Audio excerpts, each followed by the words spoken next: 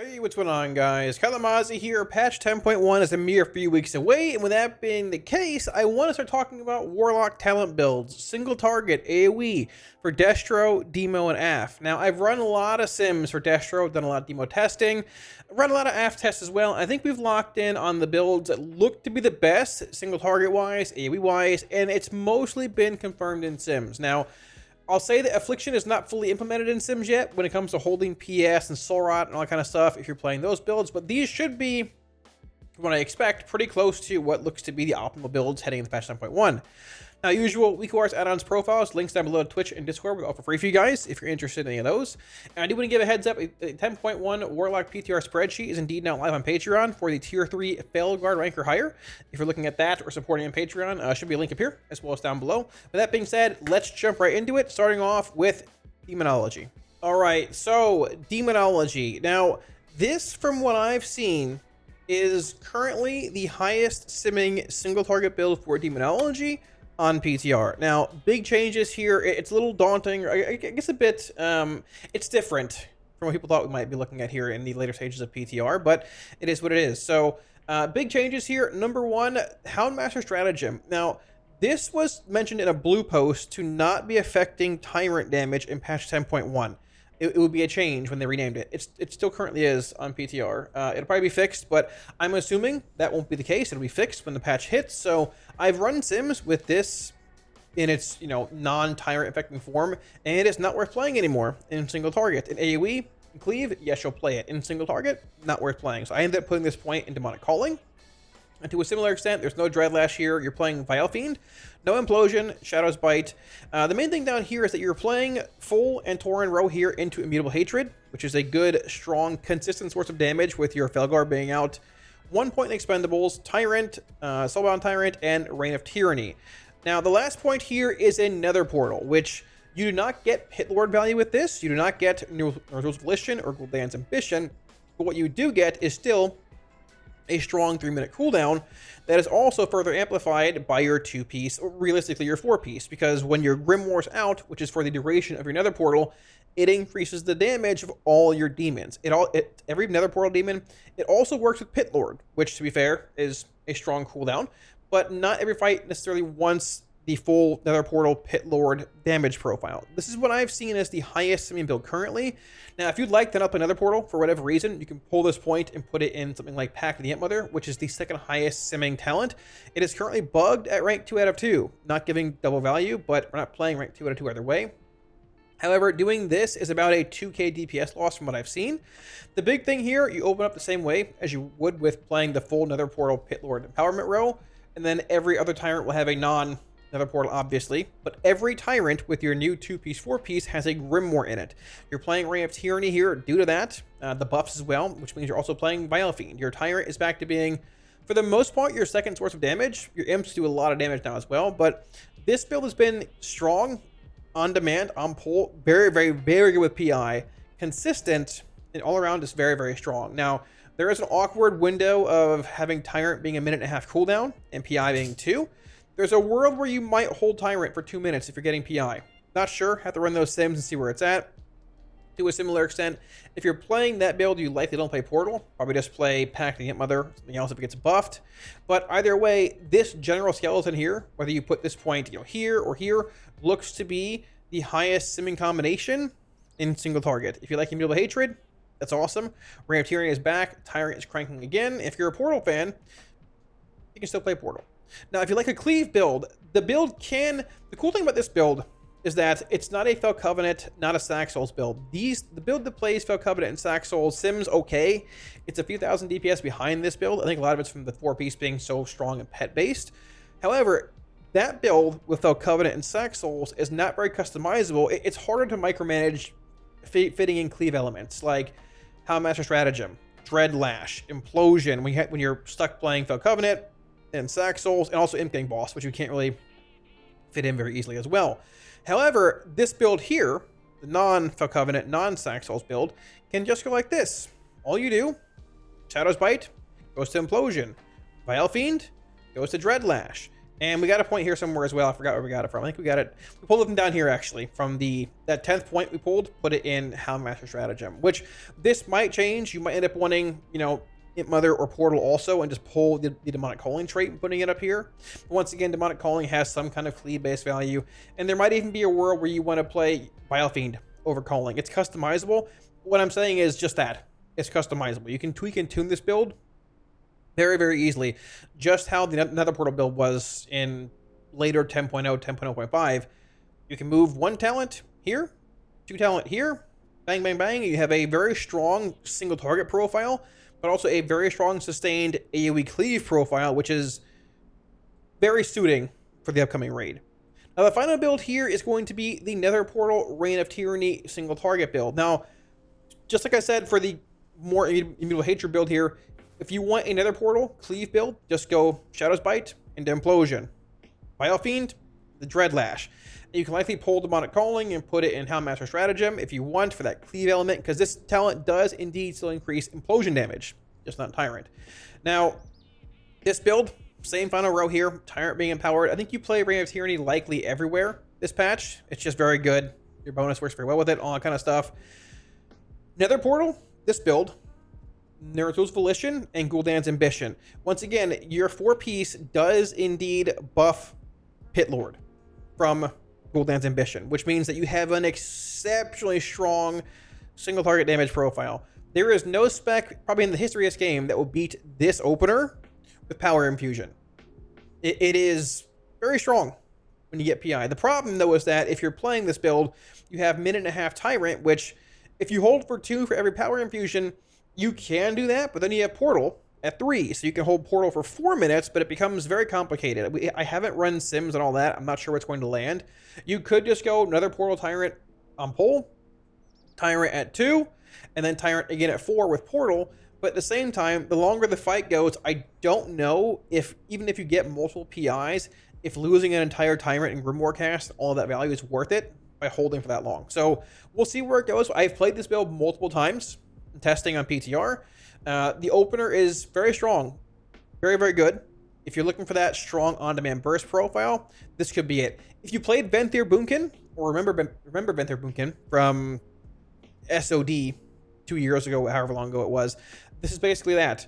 This build does very, very, very little damage, then it spikes to the roof, to the ceiling. It comes way back down and does like, it maintains like 55k DPS. It's exceptionally low, but then you burst to 400k when you have Portal. Now, Tyrant does help a bit with that, being in between a 1.5 minute cooldown, but you're not playing Immutable Hatred, you're not playing Infernal Command, so that extra sustain damage that you have through Infernal Command, Immutable Hatred, all that is gone.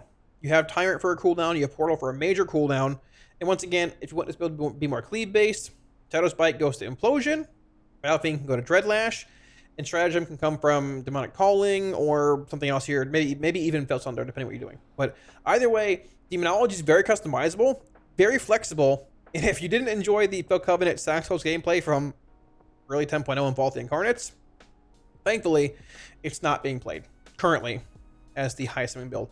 I will say also briefly that Sargeras Technique in the class tree, this talent should buff Demon Bolt, but it does not. So currently, if you need more utility, Shadow Bolt's like 1% of your damage. You can just pull talent points out of this and put it somewhere else. If you need like Profane Bargain or whatever, this is like the smallest DPS gain of any DPS talent node for any class and spec in the game.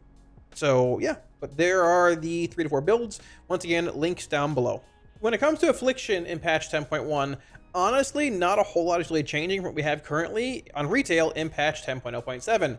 Now, this is the Haunted Soul single target build. Haunted Soul, this build here, is indeed still the highest summon build when it comes to patch 10.1. There is a debate between Phantom Singularity and Vile Taint. From what I've seen in Sims, Vile Taint is indeed still the front runner, even with the 2-piece being factored in. That decreases the cooldown of both.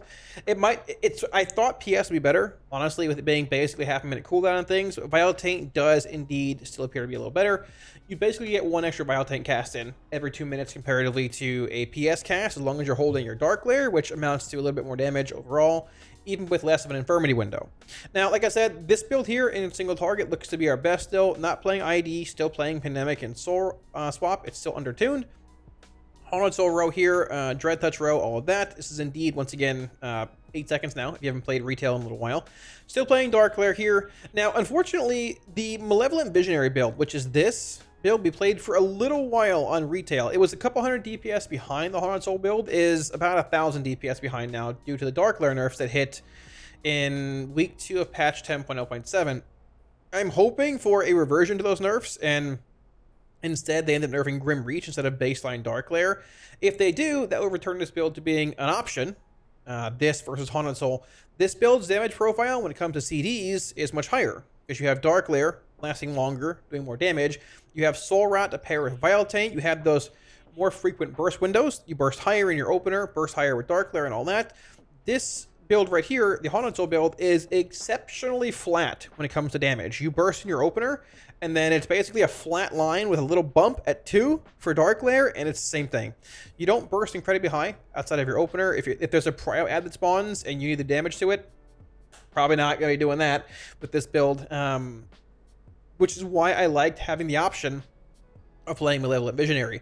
This build does seem a little higher, so in like pure patchwork settings, this build is likely to play, but I guess would be the play over Malevolent Visionary. But currently, with current tuning, this is the best single target build of Affliction heading into patch 10.1. Now, there are some hybrid builds that are played too. They look like this. This has been played a bit on Raziath, for example, in fights like that, where you want some AoE elements like Seed, Soul Flame, and that is this build right here. Basically, Haunted Soul still. You have a point in Seed, a point in Soul, 2 points in Soul Flame, no Dark Virtuosity, no Pandemic Invocation, and no Soul Swap. You still have the same, mostly the same single target elements in Creeping Death row here, with Dread Touch, with Haunted Soul, with Dark Glare, with Crescendo, and that's pretty much the gist of it. Now, when it comes to the AoE build for AF in patch 10.1, just like the Haunted Soul build and the hybrid build, not much is really changing. Actually, nothing is really changing at all what you're playing currently on retail. You're still playing the Dark Glare Grim Reach row here for strong damage every 2 minutes. You're playing Soul Rot with Gluttony with Harvest for that shorter cooldown based profile that syncs with Vile Taint pretty well. Basically, every pack you have a Soul Rot with Harvest damage amp. Now, there are some builds that end up playing full Dark Glare row here, and some end up saying no Soul Rot row. They play Haunted Soul, basically Haunted Soul row here, and get a bit more single target value. It's sort of, I guess, depends what you want. I think this build here brings more than enough single target. You're still playing Siphon Life, or you're playing Vile Taint, which is your better option in single target. And you're still playing Dark Glare, which Grim Reach, to be fair, does a bit in single target as well. Grim Reach and baseline Dark Glare Eye Beam damage are 2 separate damage events, so it still adds a bit more. Plus, having Soul Rot with Vile Taint and Siphon Life for every Dark Glare and every damage window adds more single target emphasis. So, likely this is where I'd start in patch 10.1 for Affliction and AoE, looking at current tuning and where everything is at.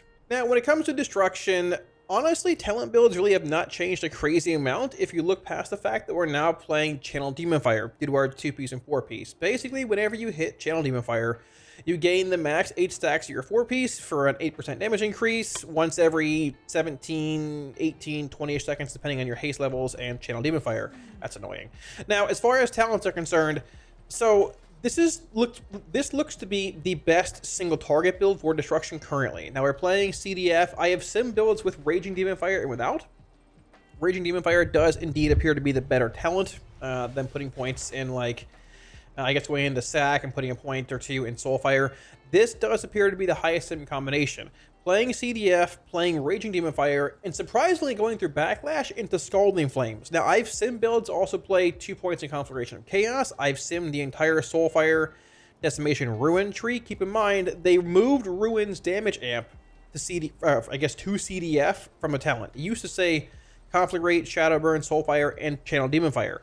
They took the CDF part and put it in CDF passively, so that's just been buffed, you know, across the board.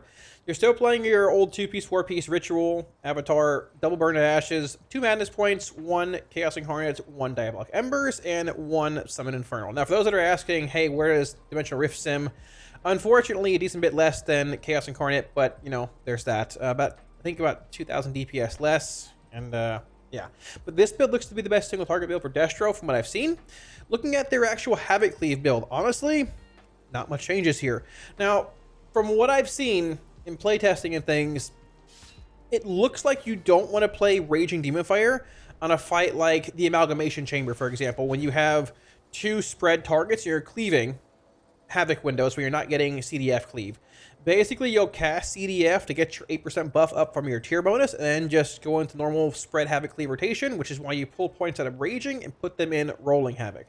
Now, it depends on the actual structure of the fight. That fight does indeed have single target elements in the end, so it could vary a bit, but you still want to have that 8% damage increase effect from casting CDF whenever you can, because it affects Immolate, Incinerate, Conflagrate, Chaos Bolt. It affects basically, I think it does affect all of your Destro-based damage. So you still want to have the amplifier effect. It might become a world where if you're in Havoc Cleave, you just cast CDF so you get 8 stacks and cancel the cast if you're not playing Raging Demon Fire. We'll see where that goes. But this has appeared to be the best build. Some builds do indeed play SAC. Currently on retail, playing this same build here, just pulling CDF and putting it in SAC. Once again, CDF is going to be where you want to be. Now, as far as AoE is concerned, shifting from the Havoc build to AoE, it changes a little bit. So I've seen 2 different versions of this build. Now, I've seen one playing Raging Demon Fire and one not playing Raging Demon Fire, opting to put a point in likely Power Overwhelming and a point in Backlash. Now, there's about a 150-ish DPS disparity between the two from what I've seen. I'll have a Sims video coming out next week anyways, looking at that once they do more tuning, I would assume. The thing is, the non-Raging Demon Fire build is ahead of them all by about, I think, 200-ish DPS in heavy AoE cleave. And when it comes to that, yeah, okay, this build looks to be the best. You'll cast CDF just for your damage amp, then spam Rain of Fire or something else, still factoring in Power Overwhelming and factoring in Backlash. However, there were changes today made to the 2-piece that says the bolts you proc from it basically do 50% more damage to their main target. So that also adds a bit more value to Raging Demon Fire. So when it comes to those kind of settings, if you're in heavy AoE, like Mythic Plus, for example, even if this build sims a bit higher, if this build's only ahead of a build that's playing Raging Demon Fire and no Power Overwhelming, no Backlash, I would assume the RDF build is going to be a decent bit more ahead in single target, which means that you might end up opting to play a build with CDF and Raging in AoE. If you do, you likely pull a point in Backlash and maybe pull a point from high Power Overwhelming, I'd assume at this point, and toss it into the Raging Demon Fire option. We'll see where it goes. As far as AoE is concerned, CDF is not very impactful. They likely need to add a clause to it to do more damage on AoE or buff the damage effect, because it's like 1% of your damage. But once again, the 4-piece buffs your damage substantially, so that means more Rain of Fire value, just more AoE value, all that. It's sort of a give and take kind of scenario. Once again, links to all the builds down below in the description or comment section. So thanks for watching, guys. Hopefully the video answered questions you might have had about what builds are looking best currently for Warlocks in patch 10.1.